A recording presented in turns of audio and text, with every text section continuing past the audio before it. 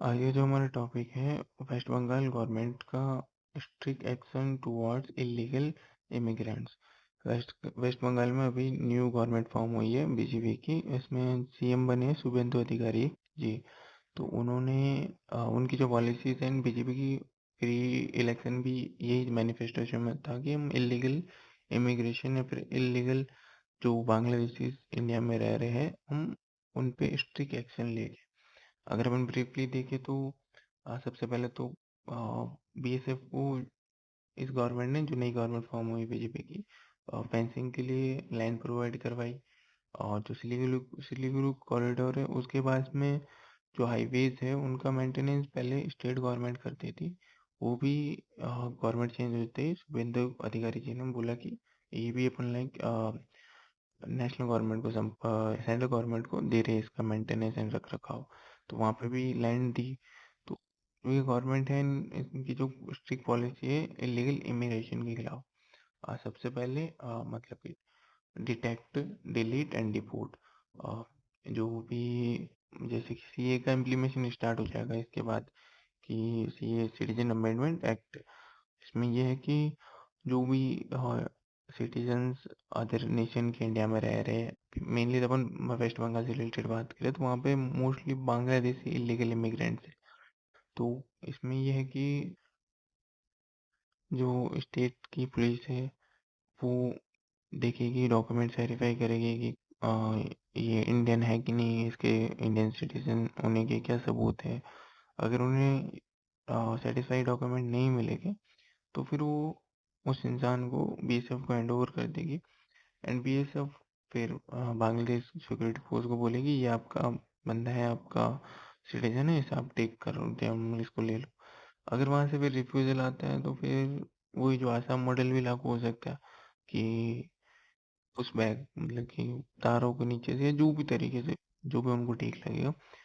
बाकी जो traditional method है वो बहुत लंबा प्रोसेस है। उसमें ये है कि मिनिस्ट्री ऑफ एक्सटर्नल अफेयर को फाइल जाएगी कि भाई ये इलीगल इमिग्रेंट यहाँ पे रह रहा है। फिर वो मिनिस्ट्री ऑफ एक्सटर्नल अफेयर उस पर फाइल देखेगी, जांच करेगी, डॉक्यूमेंट देखेगी, फिर वो बांग्लादेश गवर्नमेंट को भेजेगी कि भाई ये आपका बंदा यहाँ रह रहा है, आपका सिटीजन। फिर वो वेस्ट बंगाल, सॉरी, फिर वो बांग्लादेश की गवर्नमेंट, उनको पता है लाइक एक्सेप्ट करती नहीं कि हमारा है कि नहीं है, नहीं रिप्लाई देती है। फिर वो सालों सालों पेंडिंग चलता रहता है केस, एंड उसका कुछ नहीं होता। तो अपन ब्रीफली इसी के बारे में डिस्कस करेंगे। वैसे इसमें यह है कि 2014 के, मतलब इसमें खाली जो मुस्लिम है उन्हीं को ही रिपोर्ट किया जाएगा, बिकॉज ये जो सीए आया था, इसमें ये होता है कि जो और रिलीजन की बेसिस से प्रोसिक्यूशन हुआ है जिनका, उनको इंडिया में सिटीजनशिप दे देंगे। तो जो बांग्लादेश है तो वो इस्लामिक नेशन है, तो वहाँ पे मुसलमानों के साथ तो रिलीजियस वैसे प्रोसिक्यूशन नहीं हो सकता ना। बाकी रिलीजन के साथ होगा, हिंदू, सिख, बुद्ध, जैन, लाइक मोस्टली सारे ही रिलीजन आ गए इसमें। और जो बीजेपी की नई गवर्नमेंट फॉर्म हुई है वेस्ट बंगाल में, तो इसने बहुत ही लाइक स्ट्रिक्ट एक्शन स्टार्ट कर दी है, बनते ही कुछ ही दिन के अंदर एक्शन लेने स्टार्ट कर दिए जो इलीगल इमिग्रेंट्स बांग्लादेश से आए थे और वेस्ट बंगाल में रह रहे थे। हाँ, वेस्ट बंगाल में जो भी बीजेपी की गवर्नमेंट फॉर्म हुई है तो इनका पहले से ये प्रॉमिस था, the state government fulfil the promise. इनका ये पहले ही प्रॉमिस था कि भाई आपने वेस्ट बंगाल में वह 15 मिलियन इलीगल बांग्लादेशीज रह रहे हैं। तो फिर इनके अगेंस्ट एक्शन लेना इन्होंने गवर्नमेंट बनते ही, मतलब कि with in few days start कर दिया। और ये जो फॉलो कर रहे हो, असम का मॉडल फॉलो कर रहे हैं। असम में क्या है कि सुप्रीम कोर्ट ने भी असम को बोल रखा है, 1970 से उसके आसपास में सुप्रीम कोर्ट ने बोला था कि असम पुशबैक कर सकता है। स्पेशली मतलब खाली असम को बोल रखा है। बाकी तो जो डिप्लोमेटिक प्रोसेस है कि भाई मतलब फाइल भेजोगे, वेरीफाई होगी वगैरह वगैरह, तो वो बहुत ही लेंथी प्रोसेस है। तो वेस्ट बंगाल अभी दिख ऐसा ही रहा है कि अब जो आसाम का मॉडल है पुशबैक वाला उसी को फॉलो करेगा। और स्टेट पुलिस को डायरेक्ट गवर्नमेंट ने निर्देश दिए कि आपको ऐसा कोई बंदा मिले तो आप उसे डायरेक्ट बीएसएफ को हैंड ओवर करो, दैट्स इट, बीएसएफ अपने आप देख लेगा। वो जो ब्यूरोक्रेटिक प्रोसेस है लंबा, कि फाइल बनेगी और गवर्नमेंट डिपार्टमेंट में जाएगी, वहाँ से वेरीफाई होगी वगैरह वगैरह, ये सब नहीं, आप बीएसएफ को हैंड ओवर कर दो, वो बीएसएफ देख लेगा। अब अपन इसको देखो कि कैसे, मतलब कि जो पहले का जो प्रोसेस था या फिर जो लेंदी प्रोसेस, स्टेट पुलिस को पता चला कि भाई ये अपना सिटीजन नहीं है इंडिया का, तो फिर वो फिर उसको उसकी फाइल बना के एमई, एक मिनिस्ट्री ऑफ एक्सटर्नल अफेयर को भेजेगा। फिर एमईए बांग्लादेश गवर्नमेंट को वो फाइल भेजेगी। फिर ये जो प्रोसेस है वो 5-6 साल का प्रोसेस है, और इसमें भी बांग्लादेश की जो गवर्नमेंट है वो एक्सेप्ट नहीं करती कि ये हमारा सिटीजन है।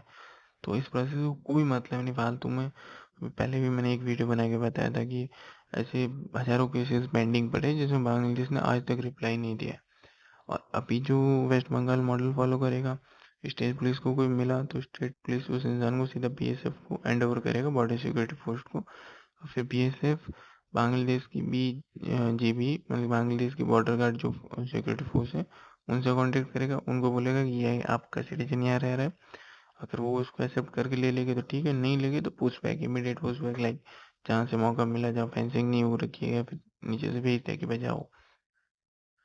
और इसमें ये कि जो 27 किलोमीटर, इसमें तो ये अलग अपडेट है कि जो 27 किलोमीटर का अनफेंस्ड एरिया था जिसमें फेंसिंग नहीं हो रखी थी, due to the previous state government, उन्होंने बीएसएफ को लैंड ही नहीं दी, और लैंड है जो सेंट्रल स्टेट गवर्नमेंट का सब्जेक्ट है। तो स्टेट गवर्नमेंट ने बीएसएफ को पहले लैंड ही नहीं दी वहाँ फेंसिंग करने के लिए, और इस गवर्नमेंट ने आते ही वो लैंड हैंड ओवर कर दी, ठीक है, लाइक जो भी बीएसएफ को करना है, फेंसिंग या फिर जो भी अपने देश की सिक्योरिटी के लिए जरूरी है, इसलिए लैंड हैंड ओवर कर दी भी सबको इस गवर्नमेंट ने। हाँ, तो अपन इसके बारे में, सीई के बारे में पहले बात कर रहे थे। इसमें ये है कि जो इलीगल इमिग्रेंट्स हैं, जो 31 दिसंबर 2014 से पहले यहाँ इंडिया में आ गए हैं, और वो हिंदू, सिख, बुद्धिस्ट, जैन, पारसी, क्रिश्चियन है, स्टेट से पहले है, तो उन्हें तो लाइक इंडिया की सिटीजनशिप दे दी जाएगी बिकॉज ऑफ उनके साथ रिलीजियस प्रोसिक्यूशन हुआ है। अपने पास डेटा अवेलेबल है पाकिस्तान और बांग्लादेश में, आज से 70 साल पहले, 60 साल पहले हिंदू की या फिर अदर जितने भी रिलीजन है, क्रिश्चियन है, इनकी पॉपुलेशन कितनी थी, और आज की डेट में वो ड्रास्टिकली फॉल होके 1-2% या इसके आसपास बची है। तो अपने पास, अपन के पास इनफ डेटा अवेलेबल है कि इनके साथ रिलीजियस प्रोसिक्यूशन होता है उन कंट्रीज में। दैट्स वाई, ठीक है, गवर्नमेंट ने डिसाइड किया अब जो इतने लोग आ गए 31 दिसंबर 2014 से पहले इन रिलीजन के, इनको अपन सिटीजनशिप दे देंगे। बाकी जो उनका जो स्टेट रिलीजन है, उस रिलीजन से कोई भी बंदा है तो उसको वापस डिपोर्ट किया जाएगा।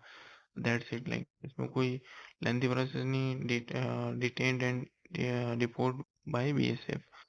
और जो अदर रिलीजन के हैं और जो 31 दिसंबर 2014 से पहले आए हैं, उनको इंडियन सिटीजनशिप दी जाएगी। उनके डॉक्यूमेंट्स बनाना एंड जो भी प्रोसेस होगा वो गवर्नमेंट कर लेगी। अब ये जो प्रोसेस है ये फॉलो कैसे होगा?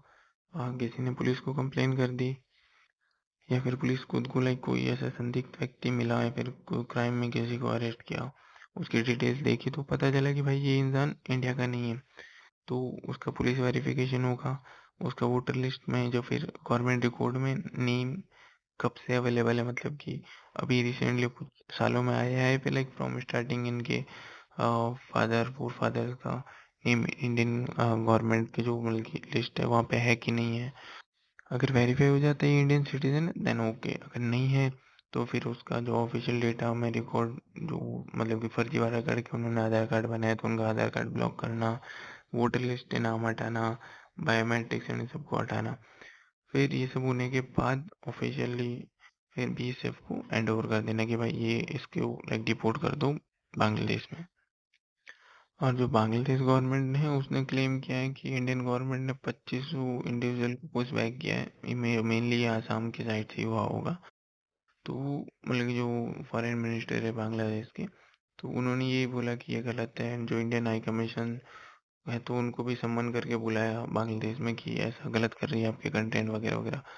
सो यार सिंपल सी बात है, आप एक तो अपने सिटीजन से को ले नहीं रहे हो, ऊपर से लाइक हमारे हाई इंडियन हाई कमिश्नर को आप समन करके बुला के उनको बता रहे हो कि आप गलत कर रहे हो यार, बल्कि कि बहुत ही अजीब बात है। अजीब तो क्या है कि प्रॉब्लम क्या है ना कि आज की डेट में जो पॉपुलेशन है वो बांग्लादेश की बहुत स्पीड से बढ़ रही है और उनके पास उतने रिसोर्सेज अवेलेबल नहीं है।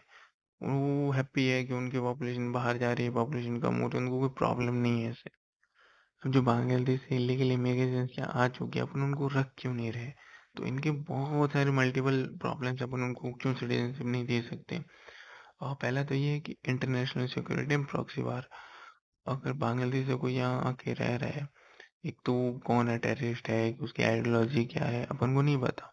कल को अपने बांग्लादेश के साथ लड़ाई होती है, वॉर होती है, तो फिर जो यहाँ पे लोग रह रहे हैं इलीगल इमिग्रेंट, या फिर उनको अपन सिटीजन देते, तो वो किसके प्रति वफादार हो गए भाई? वो इंडिया का सपोर्ट करेगा, फिर बांग्लादेश का सपोर्ट करना स्टार्ट कर देंगे। तो ये बहुत ही बड़ा सिक्योरिटी थ्रेट है इंडिया के लिए। एंड ये फिर यहाँ के इनके पास कोई प्रॉपर डॉक्यूमेंट तो है नहीं, तो यहाँ के इलीगल काम भी करते हैं मोस्ट ऑफ दी। दूसरी प्रॉब्लम इकोनॉमिक एंड रिसोर्सेज। हर कंट्री के पास एक लिमिटेड रिसोर्सेज होते हैं। अभी हीट वेव चल रही है, पानी की कमी है, जितनी भी रिसोर्सेज है, तो एक ओवर पॉपुलेशन रिसोर्सेज के ऊपर बर्डन होती है। तो अपन अपने हॉस्पिटल्स या फिर वेलफेयर स्कीम्स होती है, वो अपने सिटीजन के लिए, बांग्लादेश के सिटीजन के लिए नहीं है। एनवायरमेंट डिग्रेडेशन, जो पानी की कमी आ रही है, एनवायरमेंट में जो रिसोर्सेज है वो डिप्लीट हो रहे हैं विद टाइम, तो वो अपने इंडियन सिटीजन के लिए, ना कि उनकी सिटीजन के लिए। और जो डेमोग्राफिक एंड कल्चरल शिफ्ट, इसमें ये है कि जो इंडियन कल्चर है, जो इंडिया का जो मेन कल्चर है, चाहे सनातन धर्म है, हिंदुइज्म है, फिर बुद्धिज्म है, ये सब, अब जो बांग्लादेश से आएगा वो अपने कल्चर को फॉलो करेगा, ना कि इंडियन कल्चर को। तो इससे ओवर द टाइम जो इंडियन कल्चर है वो या तो खत्म हो जाएगा, या फिर लाइक कम हो जाएगा। अब इसमें यही है कि ब्लैक मनी घूमता है, मतलब कि जो यहाँ पे इलीगल रह रहे हैं, फिर वो ड्रग्स को वहाँ बांग्लादेश से यहाँ इंडिया में ड्रग्स सप्लाई होता है, फिर ये जो इलीगल इमिग्रेंट्स है, ये इनका कॉन्टेक्ट वहाँ पे होता है, तो फिर वहाँ से ड्रग्स यहाँ पे इंडिया में सप्लाई करना, फिर वो ब्लैक मनी को रोटेट करना, वाइट मनी बनाना, ये सब तो चलो मैंने पहले ही बता दिया कि वहाँ से जो आ रहा है तो उसके पास प्रॉपर डॉक्यूमेंट नहीं है, तो वो क्राइम ही करेगा यहाँ के। अब ये सिंपल सी बात है यार, लाइक सिविक्स ओवरलोड, मतलब कि इंडियन गवर्नमेंट ने इंडियन सिटीजन के लिए फ्री हेल्थ केयर प्रोवाइड करवाया है, ठीक है, लेकिन अगर कोई इलीगल यहाँ रह रहा है तो उसको भी मिलेगा। तो अपने इंडिया के रिसोर्सेज, इंडिया के पैसे इंडियन सिटीजन के लिए होनी चाहिए, उनके लिए क्यों? तुम अपने देश के लिए करो, या तो फिर लाइक हमारे देश के अंदर आके मिल जाओ, स्टेट बन जाओ, ठीक है, हम भी लाइक करेंगे तुम्हारे लिए। फिर अलग देश बने थे ना एट दैट टाइम 1947 में, तो फिर अब अपना अलग चलाओ ना इंडिया से, क्यों? मतलब कि इंडिया के ऊपर बर्डन बन रहे हो, तुम्हें इंडिया की इकोनॉमी का लाभ क्यों लेना था? बांग्लादेशी को, बांग्लादेश के जो लोग हैं उनको पता है कि एट दिस मोमेंट वर्ल्ड में फास्टेस्ट ग्रोइंग इकोनॉमी इंडिया है, तो फिर वो यहाँ के इंडियन सिटीजन के राइट हक मारते हैं। अब यही बात है कि 1947 में अलग हो गए थे, रिलीजन के बेसिस पे देश बने थे, इंडिया एंड पाकिस्तान। बाद में पाकिस्तान 1971 में सेपरेट हो गए, बांग्लादेश एंड पाकिस्तान बन गया, ठीक है, वो सब ठीक है। अब ये क्या प्रॉब्लम, ये है कि एक तो वोट बैंक इंक्रोचमेंट, मतलब कि जो बांग्लादेश के इलीगल इमिग्रेंट्स आ रहे हैं, तो उन्होंने फर्जी डॉक्यूमेंट्स बना के अपनी वोटर आईडी बना ली। अब वो उस पार्टी को सपोर्ट करते हैं जो उनके राइट्स, या फिर जो बांग्लादेश को सपोर्ट कर रहा है। अब यहाँ पे फिर वो पॉलिटिकल इम्बैलेंस आ रहा है, जो पॉलिटिकल पार्टीज है, जो लीडर्स है, वो इंडिया के प्रति लॉयल है या फिर बांग्लादेश के प्रति लॉयल है। और ये जो बांग्लादेशी वेस्ट बंगाल में आके रह रहे हैं, ये खाली वेस्ट बंगाल में तो रहेगा ही नहीं, ये फिर ऑल ओवर इंडिया चले जाएंगे, जैसे कि दिल्ली में जाएंगे, बम्बई में जाएंगे, बेंगलुरु, मतलब कि हर जगह जाके फैल जाएंगे। और फिर इतना लाइक हर जगह जाके फैल जाएंगे, फिर उनको ट्रैक करना, ट्रेस करना, वापस डिपोर्ट करना, एक बहुत ही लेंदी या फिर इम्पॉसिबल टाइप का एक प्रोसेस है। इवन लाइक यूएस ने भी ऐसा कुछ प्रोसेस करने की कोशिश की थी, तो उसमें भी लाइक उसके करोड़ों रुपए लग रहे हैं, बट कम्प्लीटली सही तरीके से हो नहीं पा रहा है। बिकॉज आप कहाँ से ढूंढ लोगे, कहाँ से वेरीफाई करोगे? कोई लाइक बांग्लादेश आया, वेस्ट बंगाल में गया, फिर वो वहाँ राजस्थान में रहने लग गया, या फिर मुंबई में रहने लग गया। एक तो ये अपनी जो जॉब अपॉर्चुनिटीज है, जो इंडियंस को जॉब मिलनी चाहिए, तो उन पे भी ये कब्जा कर रहे हैं आके। ये बहुत ही, मतलब अगर इसे फेंसिंग करके रोका नहीं गया, तो इंडिया में आने वाले टाइम में 10-20 साल बाद ये बहुत बहुत बड़ी प्रॉब्लम बन जाएगी। मतलब कि आधी पॉपुलेशन, आधी तो नहीं but most of the population में इनका और घुलना मिलना स्टार्ट हो जाएगा, नहीं घुल जाएगा पर उनको पता ही नहीं चलेगा। अब सबसे बड़ी प्रॉब्लम है फिर थ्रेट थ्रेट अगर देखें तो ये जो इंडिया का मैप है इसमें जो चिकन नेक है सिलीगुड़ी कॉरिडोर, जो इसकी विड्थ है ना मतलब की चौड़ाई, वो बस 22 किलोमीटर ही है। अगर कल कोई इलीगल बांग्लादेशी यहाँ आके यहाँ इसके आसपास की लैंड में कब्जा कर लेते हैं फिर यहाँ रहना स्टार्ट कर देते हैं, तो इन फ्यूचर कोई आर्मी का कॉन्फ्लिक्ट होता है इंडिया या बांग्लादेश का या फिर चाइना के साथ या फिर किसी और एनिमी नेशन के साथ, तो इन लोगों ने आके यहाँ धरना प्रदर्शन कर दिया, रोडें ब्लॉक कर दी, ठीक है। और बांग्लादेश एंड चाइना ने मिलके इस सिलीगुड़ी कॉरिडोर को 22 किलोमीटर के है, इसकी ज़्यादा बड़ी नहीं, तो इसको आके ब्लॉक कर दिया, तो इंडिया का नॉर्थ ईस्ट मेन लैंड से कट ऑफ हो जाएगा। तो आर्मी की सप्लाई कहाँ से जाएगी? सो ये जो इलीगल इमिग्रेंट्स है ये होलिस्टिकली बहुत बहुत बड़ा थ्रेट है इंडिया के लिए। नॉट ओनली इकोनॉमिक बर्डन, इतनी ही बात नहीं है, लाइक अपनी सिक्योरिटी से रिलेटेड इश्यू है। इसको एड्रेस करना, सॉल्व करना बहुत ज़रूरी है इंडियन गवर्नमेंट के लिए for the future of the India. West Bengal को बचाना खाली वेस्ट बंगाल को बचाना नहीं है, वो इंडिया को बचाने के इक्विवेलेंट है, इंडिया की सिक्योरिटी को बचाने के इक्विवेलेंट है। वही मतलब ये सारे फैक्टर्स मिलकर इलीगल इमिग्रेंट वेस्ट बंगाल में अगर वो ऑल ओवर इंडिया जा सकता है, वो अपने से इलीगल कॉरिडोर को ब्लॉक करवा सकता है at the time of war with war with Bangladesh या फिर अदर एनिमी नेशन। सो या, थैंक्स फॉर वॉचिंग अस।